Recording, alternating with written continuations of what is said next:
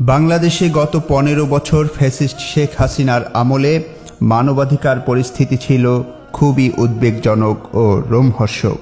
গুম, খুন, ধর্ষণ, দুর্নীতি, দখল ইত্যাদি ছিল নৈমিত্তিক ঘটনা। মানুষের ন্যূনতম মৌলিক অধিকার ছিল না।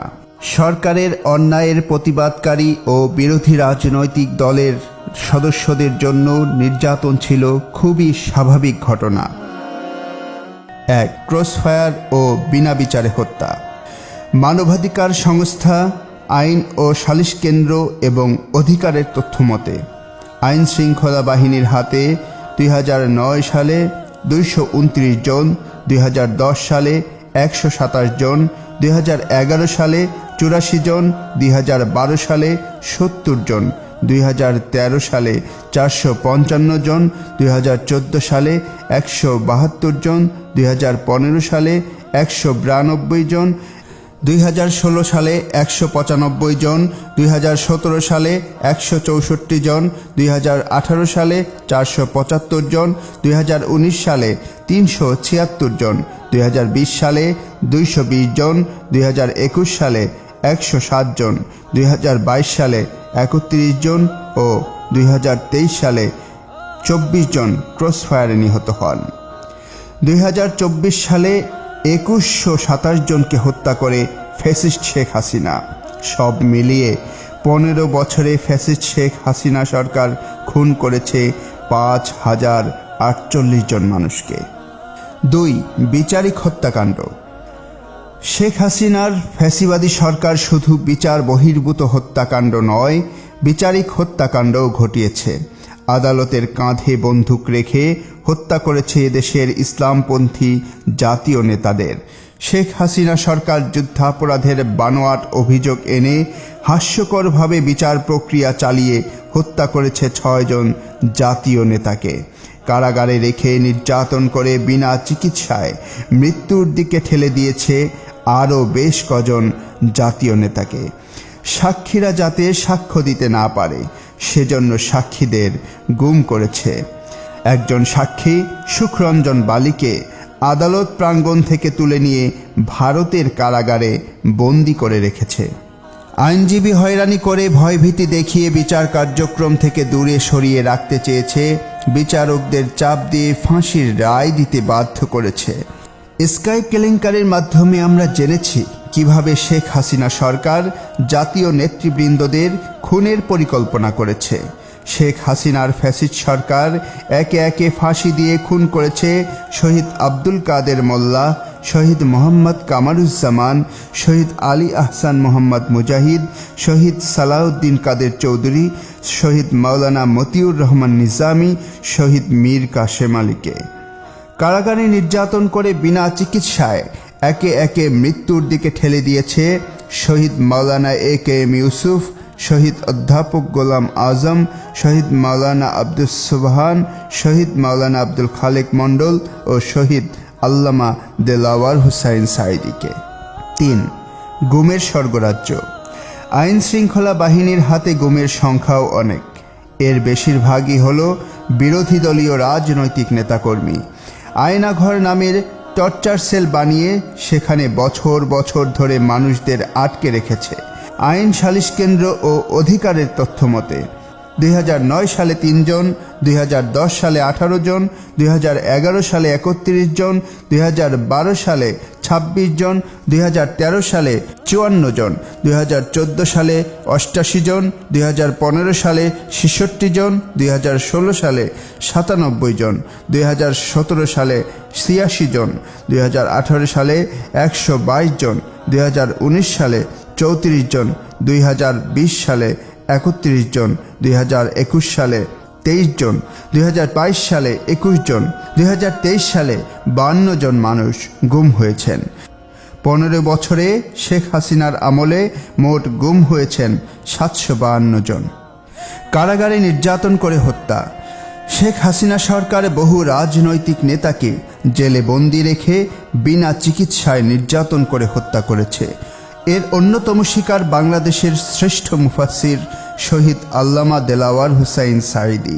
মানবাধিকার সংস্থা অধিকারের রিপোর্ট থেকে জানা যায় 2009 সালে 50 জন, 2010 সালে 60 জন, 2011 সালে 105 জন, 2012 সালে 63 জন, 2013 সালে 59 জন, 2014 সালে 54 জন, 2015 সালে 51 জন, 2016 সালে 63 জন, 2017 সালে 58 জন, 2018 সালে 81 জন, 2019 সালে 60 জন, 2020 সালে 76 জন, 2021 সালে 72 জন, 2022 সালে 68 জন এবং 2023 সালে 128 জনকে কারাগারে হত্যা করেছে শেখ হাসিনা সরকার। 15 বছরে কারাগারে মোট খুন হয়েছেন 1048 জন। 5. ধর্ষণ। গত 15 বছর বাংলাদেশ নারীদের জন্য এক ভয়ঙ্কর রাষ্ট্র হয়ে ওঠে। ছাত্রলীগ ও যুবলীগের সন্ত্রাসীরা অবাধে নারীদের হেনস্থা করতে থাকে। নোয়াখালীতে ধানের শীষে ভোট দেওয়ার অপরাধে এক নারীকে গণধর্ষণের শিকার হতে হয়। স্বামীর সঙ্গে সিলেটে এমসি কলেজে ঘুরতে আসা এক নববধূকে নিষিদ্ধ জঙ্গি সংগঠন ছাত্রলীগের নেতারা গণধর্ষণ করে। এভাবে নারী সহিংসতার এক ভয়ঙ্কর জনপদে পরিণত হয় বাংলাদেশ।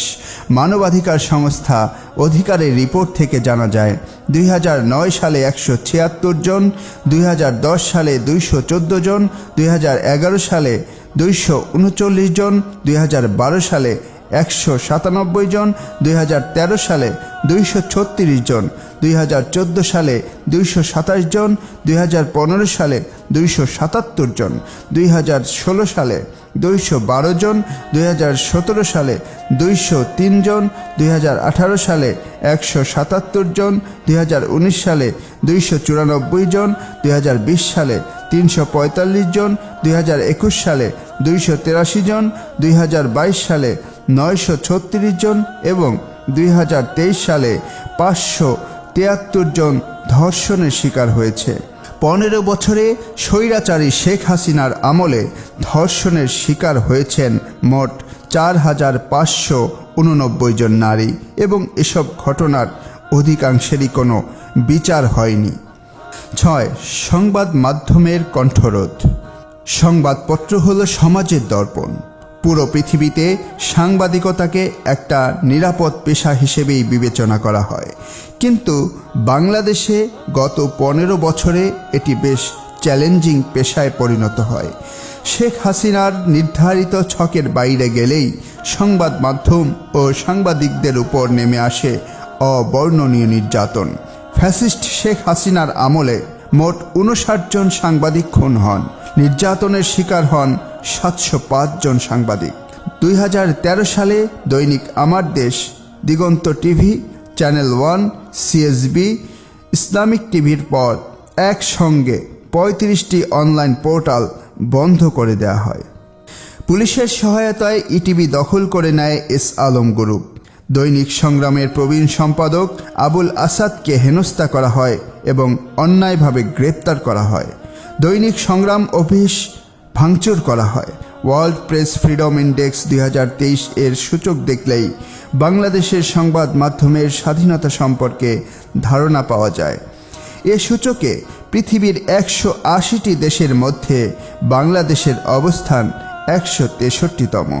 অথচ 2009 সালে আওয়ামী লীগ সরকার যখন ক্ষমতা গ্রহণ করে তখন এই একই প্রতিষ্ঠানের প্রতিবেদন অনুযায়ী বাংলাদেশের অবস্থান ছিল 121তম।